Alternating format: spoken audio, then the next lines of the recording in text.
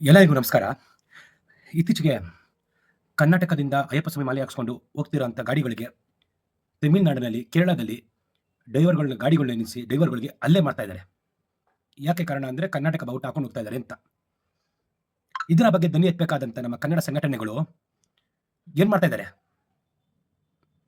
Big boss ಗೆಲ್ಲಬೇಕು ಅಂತ ಸ್ವಲ್ಪ ಸಂಘಟನೆಗಳು, ಕರ್ನಾಟಕ ರಕ್ಷಣಾ ವೇದಿಕೆ ಅವರು ಏನೋ ಅಶ್ವಿನಿ ಗೌಡ ಅವ್ರನ್ನ ಕಾಸು ಕೊಟ್ಟು ಖರೀದಿ ಮಾಡ್ತಾವ್ರಂತೆ ಒಟ್ಟುಗಳಂತ ಈ ತರ ಮಾಡ್ತಾ ಇದ್ದಾರೆ.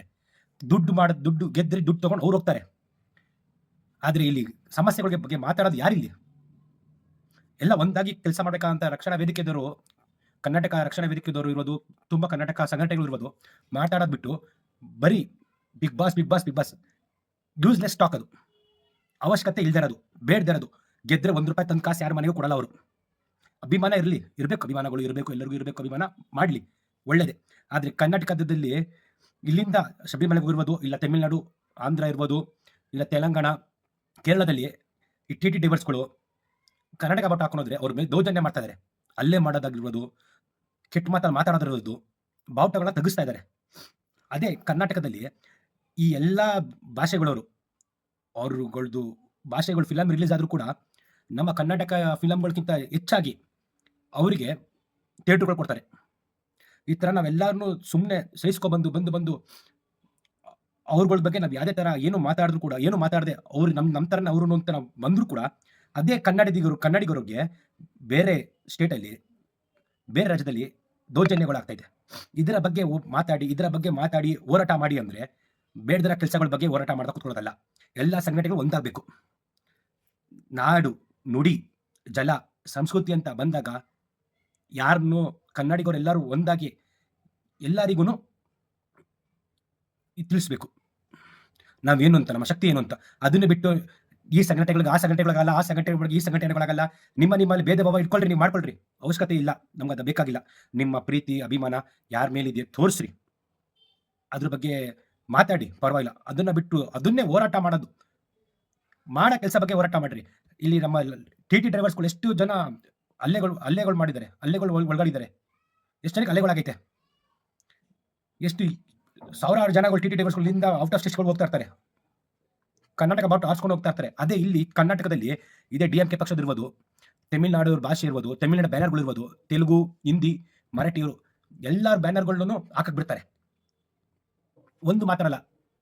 ಅದ್ರ ಬಗ್ಗೆ ಮಾತಾಡಿದ್ರೆ ರಾಜಕಾರಣಿ ವ್ಯಕ್ತಿಗಳಿಂದನೂ ಸಪೋರ್ಟ್ ಸಿಗಲ್ಲ ಬಿಡ್ರಿ, ಅದು ಎರಡನೇ ಮಾತದು. ಇದೆಲ್ಲ ಆದರೂ ಸಹಿಸ್ಕೊಂಡು ಬಂದರೂ ಕೂಡ ಹೊರ ರಾಜ್ಯದಲ್ಲಿ ಸಿಗ್ತಾರ ಬೆಲೆ ಏನು? ಇದ್ರ ಬಗ್ಗೆ ಯಾರು ಮಾತಾಡಬೇಕು? ಅದೇ ನಮ್ಮ ಸಂಘಟನೆಗಳು ಮಾತಾಡೋದು ಬಿಟ್ಟು ಕಲ್ಲು ಹೊಡಿತಾರಂತೆ. ಯಾರು ಬಿಗ್ ಬಾಸ್ ಮನೆ ಗಿಲ್ಲಿಂದ ಕಲ್ಲು ಹೊಡಿತಾರಂತೆ. ದಯವಿಟ್ಟು ಆ ಮಾತಾಗಿ ಹೇಳ್ತಾ ಇದ್ದೀನಿ, ಒಳ್ಳೇದಮ್ಮ, ಹೊಡಿ, ಪರವಾಗಿಲ್ಲ. ಹೊಡೆಯಕ್ಕಿಂತ ಮುಂಚೆ ತಮಿಳ್ನಾಡಲ್ಲಿ ಒಬ್ಬ ವ್ಯಕ್ತಿ ಮಾತಾಡಿದ್ದಾನೆ. ಏನಂತ ಮಾತಾಡಿದ್ದಾನೆ? ಕರ್ನಾಟಕದಲ್ಲಿ ತಮಿಳವ್ರ ಕೇಲೇನೆ ಕನ್ನಡದವ್ರಿಗೆ ಅಲ್ಲೇ ಮಾಡಿಸ್ತೀನಿ ಅಂತ ಮಾತಾಡಿದ್ದಾನೆ.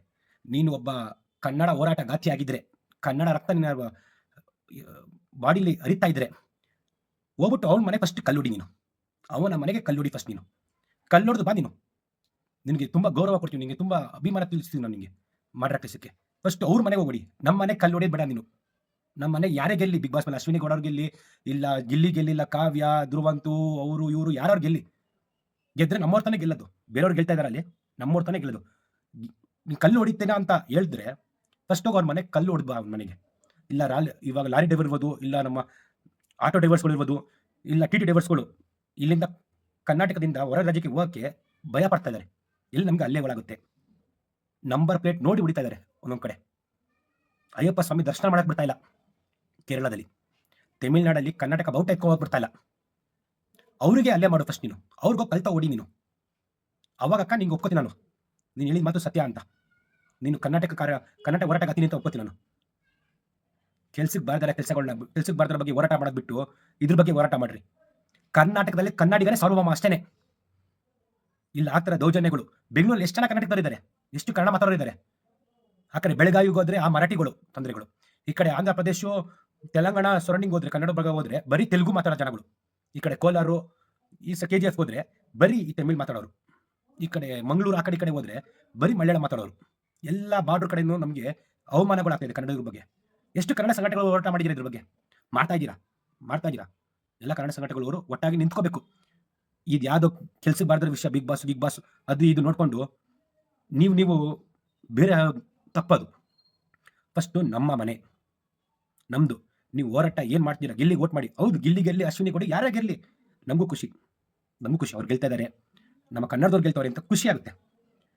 ಅದನ್ನ ಬಿಟ್ಟು ಅದ್ರ ಬಗ್ಗೆ ಮಾತಾಡ್ಬಿಟ್ಟು ಈ ಗಲೀಜುಗಳ ಬಗ್ಗೆ ಮಾತಾಡೋದು, ಹೋರಾಟ ಮಾಡೋದು ತುಂಬಾ ತಪ್ಪು.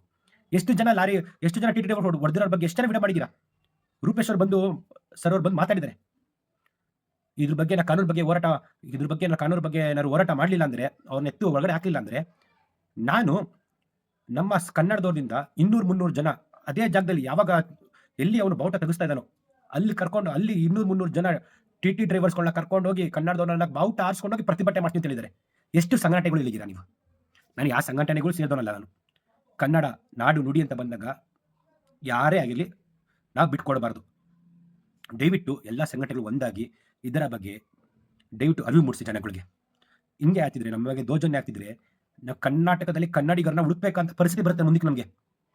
ದಯವಿಟ್ಟು ಇದರ ಬಗ್ಗೆ ಸ್ವಲ್ಪ ಎಲ್ಲರೂ ಮಾತಾಡಿ, ಇದರ ಬಗ್ಗೆ ಎಲ್ಲ ಕಾಂಟೆಂಟ್ ಕ್ರಿಯೇಟರ್ ಇರ್ಬೋದು, ಎಲ್ಲರೂ ದಯವಿಟ್ಟು ಇದರ ಬಗ್ಗೆ ಅರಿವು ಮೂಡಿಸಿ ಜನಗಳಿಗೆ. ದಯವಿಟ್ಟು ಎಲ್ಲಿ ನಮಗೆ ದೌರ್ಜನ್ಯ ಆಗ್ತಿದೆಯೋ ಇದಕ್ಕೊಂದು ಪ್ರತಿಭಟನೆ ಮಾಡಲೇಬೇಕು, ಎಲ್ಲ ಸಂಘಟನೆಗಳು ಸೇರಿ.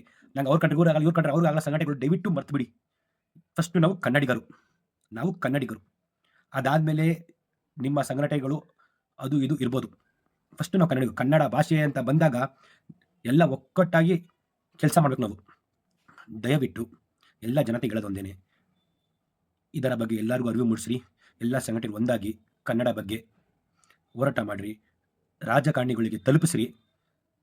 ಅಷ್ಟೇ ಕೇಳ್ಕೊತೀನಿ. ಜೈ ಹಿಂದ್, ಜೈ ಕರ್ನಾಟಕ. ಮತ್ತೆ ನಮಸ್ಕಾರ.